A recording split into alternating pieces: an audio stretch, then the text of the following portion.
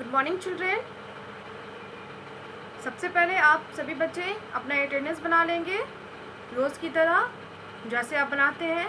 इसका प्रोसेस आपको पता ही है, बस उसी प्रोसेस के अकॉर्डिंग आप सभी बच्चे अपना प्रेजेंटेशन दे दें।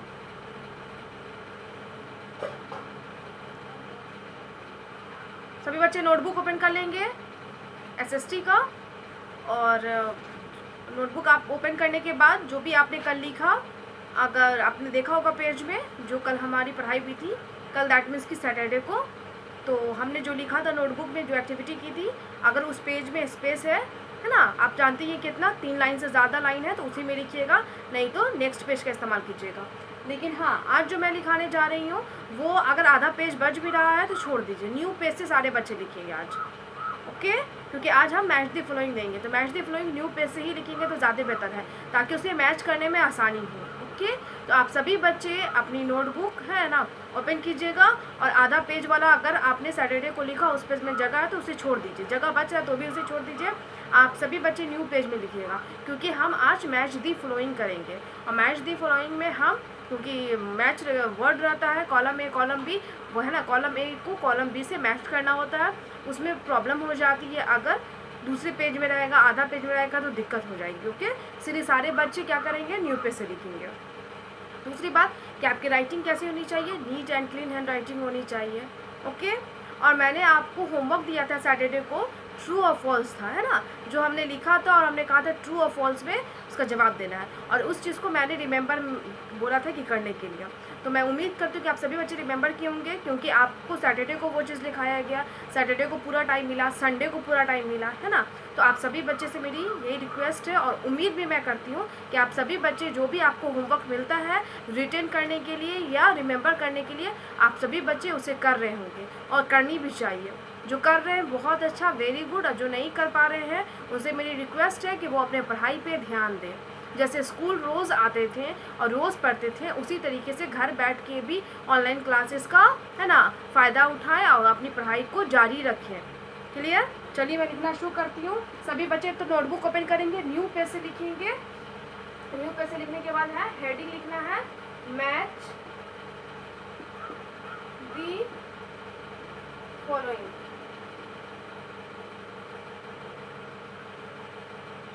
आप सभी बच्चों को क्या करना है, पहले तो डेट डालना है, ओके, लाइन के ऊपर, और मैच दी फॉलोइंग इसको भी लाइन के ऊपर लिखना है, लाइन पे हेडिंग नहीं लिखना है, क्योंकि हम मैच दी फॉलोइंग का कम से कम 10 वर्ड लिखाएंगे तो एक नोटबुक में 10 लाइन तो रहता ही रहता है, 10 से ज़्यादा कभी 11 कभी 12 भी रहता है, लेकिन मैक्सिमम नोटबुक में जो भी नोटबुक आती है उसमें 10 लाइन्स होते ही होते हैं, 10 लाइन से कम तो कोई नोटबुक नहीं होता है, इसलिए 10 वर्ड आराम से अट जाएगा। तो आप लोग हेडिंग ऊपर लिखिएगा लाइन की। क्लियर ये बात कि लाइन के ऊपर आपको हेडिंग लिखना है। अब हम लिखना शुरू करते हैं। पहले तो मैं नंबर डाल दूं,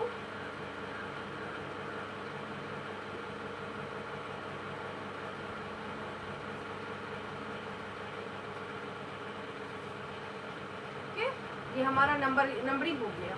अब हम नंबर के बाद लिखेंगे winter, WINTER, winter, SUMMER, summer, RAINY, rain, okay? इसके बाद SCHOOL, school, morning, MORNING, morning, okay? इसके बाद THIRD, थर्ड, MEAL, मील, इसके बाद है गिव्स, ऊल, gives, milk, gives,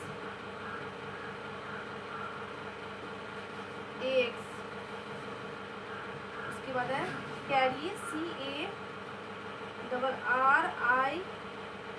CARRIES, carries, LOAD, load, है ना? आपको लोड नजर आ रहा होगा, लोड, ओके? अब हम यहाँ पे क्या कर देंगे, AB डालेंगे ऑप्शन, BEFGHIJ,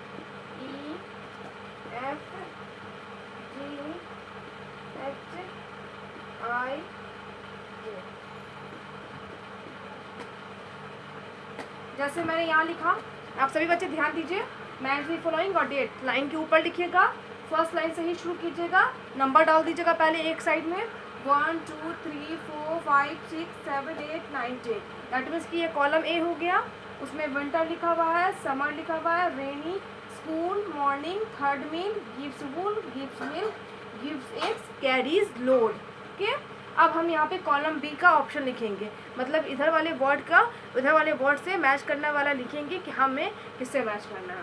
क्लियर?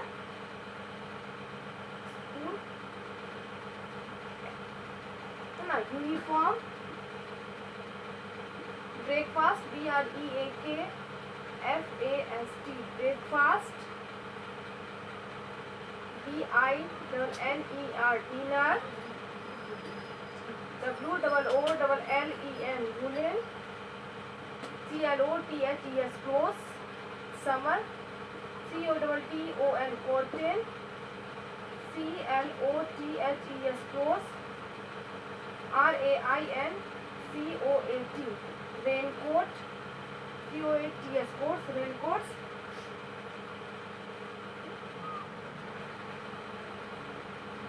इसके बाद है HEN, hen, DONKEY, donkey, sheep, इसके बाद cow। अब हमें यहाँ देखना है कि यहाँ पे सारे वर्ड लिखा गए, uniform, breakfast, dinner, woollen cloth, cotton cloth, raincoat, hen, donkey, sheep, cow. Okay, column A का वर्ड लिखा गया, कॉलम बी का वर्ड लिखा गया। आप सभी बच्चे को क्या करना है, कॉलम ए वाले वर्ड्स को कॉलम बी वाले वर्ड से मैच करना है। तो पहले हम ऑप्शन नंबर 1 पढ़ेंगे और पढ़ के समझेंगे कि हमें किस चीज़ से मैच करना है। तो ऑप्शन नंबर 1 में विंटर लिखा हुआ है, विंटर मीन्स जाड़ा, है ना, जाड़ा का मौसम, विंटर सीजन बोलो या विंटर बोलो, बात देखिए जाड़ा। तो विंटर सीजन इधर किससे मैच होगा, तो आई थिंक आप देख रहे हैं क्लॉथ लिखा हुआ है, तो कौन सा है, वुलन क्लॉथ।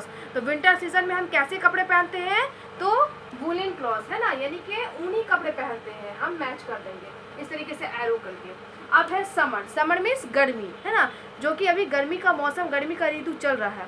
तो गर्मी के मौसम में हम कैसे कपड़े पहनते हैं, ये सूती कपड़े यानी कि कॉटन क्लॉथ, तो हम कॉटन क्लॉथ से मैच कर देंगे। क्लियर? अब है रेनी, रेनी दैट मीन्स की वर्षा ऋतु, है ना, जो कि आने वाला है, गर्मी के बाद होती है। तो रेनी सीजन में हम कैसे कपड़े पहनते हैं, rain coats. Okay, rain coat का इस्तेमाल करते हैं जब वर्षा होती है और हमें बाहर जाना होता है, जैसे हमें स्कूल जाना होता है, अपनी ज़रूरत का सामान मार्केट, है ना, या शॉपिंग मॉल जाना होता है लेने के लिए, तो हम रेन कोट पहन के जाते हैं। क्लियर? अब है स्कूल, स्कूल, तो आप स्कूल से किसे मैच कीजिएगा, यस, यूनिफॉर्म से। स्कूल अगर हम जाते हैं तो हम क्या पहन के जाते हैं, यूनिफॉर्म, यानी कि स्कूल का जो खास कपड़ा होता है उसे यूनिफॉर्म यानी कि वर्दी बोलते हैं, ड्रेस बोलते हैं। अब मॉर्निंग, मॉर्निंग को किससे मैच करेंगे, ध्यान दीजिए, तो यस, मॉर्निंग को ब्रेकफास्ट है, यानी कि first meal of the day, जब हम करते हैं दिन का पहला भोजन कब करते हैं, सुबह में, मॉर्निंग में, है ना, तो ये मॉर्निंग हो गया। अब है थर्ड मील, थर्ड मील यानी कि लास्ट मील, एक दिन में कितनी बार हम भोजन करते हैं, कितनी बार भोजन करना चाहिए, 3 बार मेन मील होता है 3, है ना, यानी कि first in the morning, second afternoon and third at night, है ना, यानी कि मॉर्निंग में ब्रेकफास्ट करते हैं, दोपहर में लंच करते हैं, रात में डिनर करते हैं। क्लियर? तो थर्ड मील क्या हो जाएगा, डिनर। क्लियर? अब है गिव्स वूल, हमें ऊल कौन देता है, ऊल कौन देता है, यानी कि जिससे ऊलन क्लॉथ बनता है, तो ऊल मीन्स ऊन, ऊन कहाँ से प्राप्त होता है, जानवरों से प्राप्त होता है, तो कौन जानवर देता है, यस, कौन देता है, शीप, शीप मीन्स भेड़, भेड़ हमें ऊन देता है। अब एक गिव्स मिल्क, मिल्क मीन्स दूध, दूध हमें कौन देती है, तो यस, आप सभी बच्चे जानते हैं, काऊ, है ना, गोट भी देती है, लेकिन यहाँ पे क्या है, काऊ है, तो हम काऊ से मैच कर देंगे। बुफेलो भी देती है, पर हमें यहाँ पे काऊ से मैच करना है। अब गिव्स एग्स, एग्स मीन्स अंडे, अंडे हमें कौन देता है, यस, हेन, है ना, मुर्गी, तो हम हेन से मैच कर देंगे। अब है कैरीज लोड, हमारे लोड को, हमारे, है ना, यानी कि सामान को, वस्तु को कौन ढोता है एक जगह से दूसरी जगह, तो हम किसे मैच करेंगे, यस, डंकी से। डंकी, है ना, सामान के ढोने का काम आता है, डंकी, हॉर्स, एलिफेंट, ये सब, लेकिन यहाँ पे डंकी था तो हमने डंकी से मैच किया।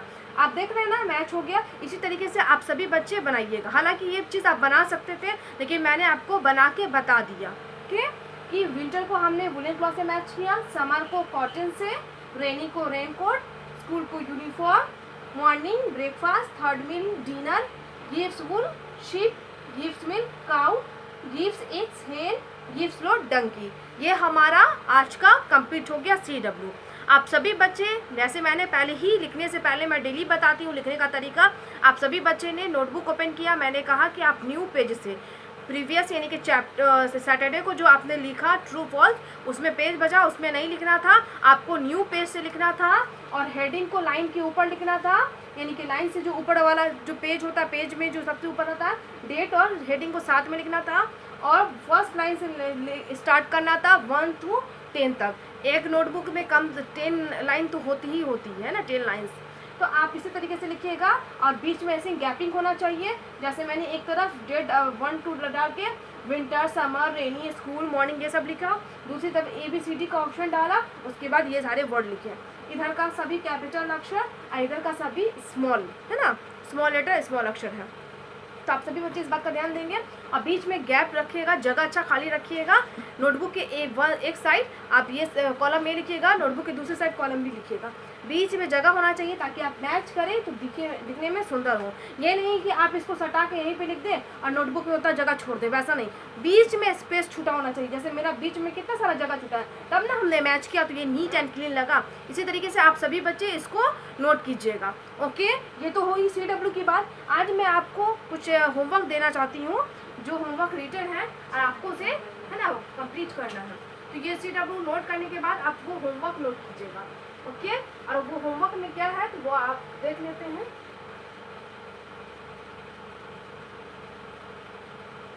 पहले मैं इसे वाइप कर रही हूँ, आप लोग दूसरे पेज पर होमवर्क नोट कीजिएगा।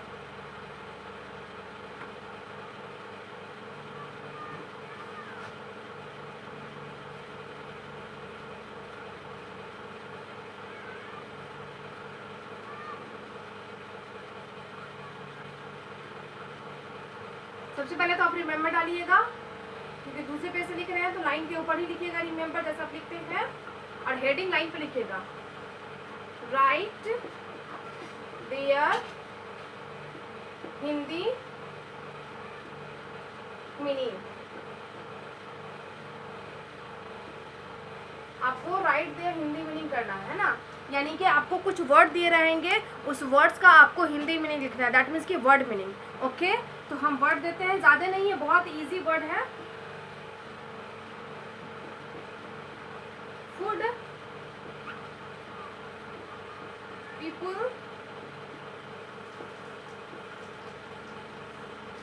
Proper, PROPER, proper, chew, CHEW, chew, by, BUY, by,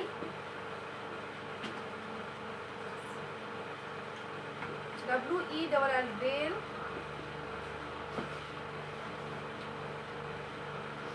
energy, ENERGY, energy, SLOW, slow. आपको बस 8 वर्ड दिया हुआ है, राइट देयर हिंदी मीनिंग।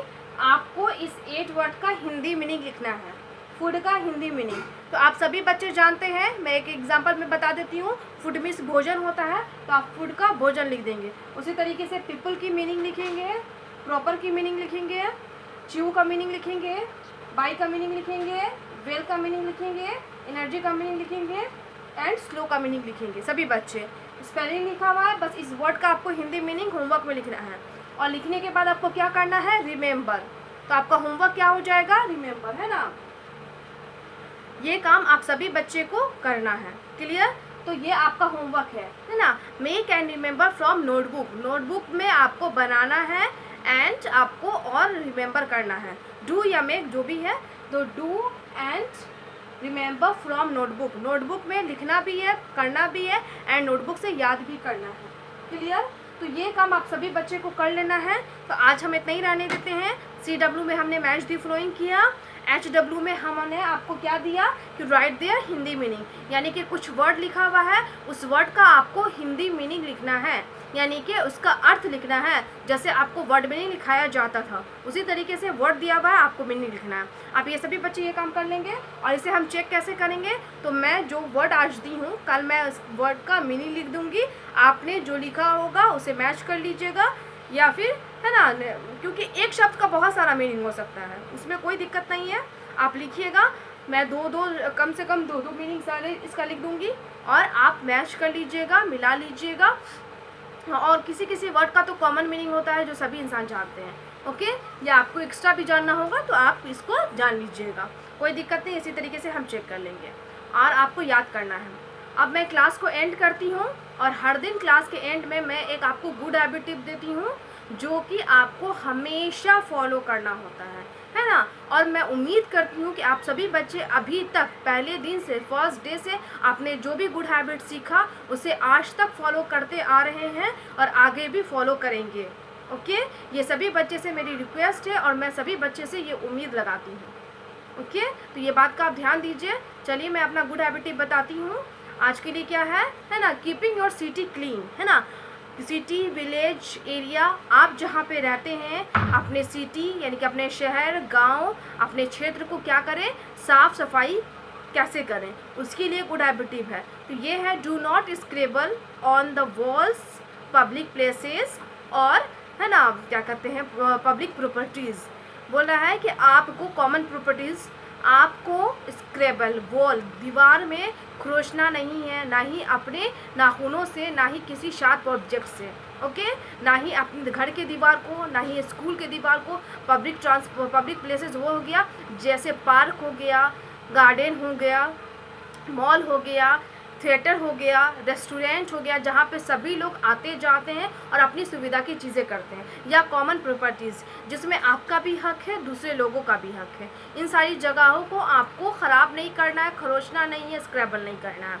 आप खुद भी इनका केयर कीजिए और दूसरे लोगों को भी केयर करने को बताइए, समझाइए, ओके। तो फिर से मैं रिपीट कर देती हूँ, do not scribble on the walls, public places और कॉमन प्रॉपर्टीज़, ओके। इन सारी चीज़ों पे, चाहे वो बस हो, ट्रेन हो, या फिर किसी चीज़ का दीवार हो या कुछ भी हो, हमें उसे खरोचना नहीं है, बर्बाद नहीं करना है। इस बात का ख्याल रखिएगा। होमवर्क पे ध्यान दीजिएगा, होमवर्क बनाइएगा। आज के लिए इतना ही। Thank you all.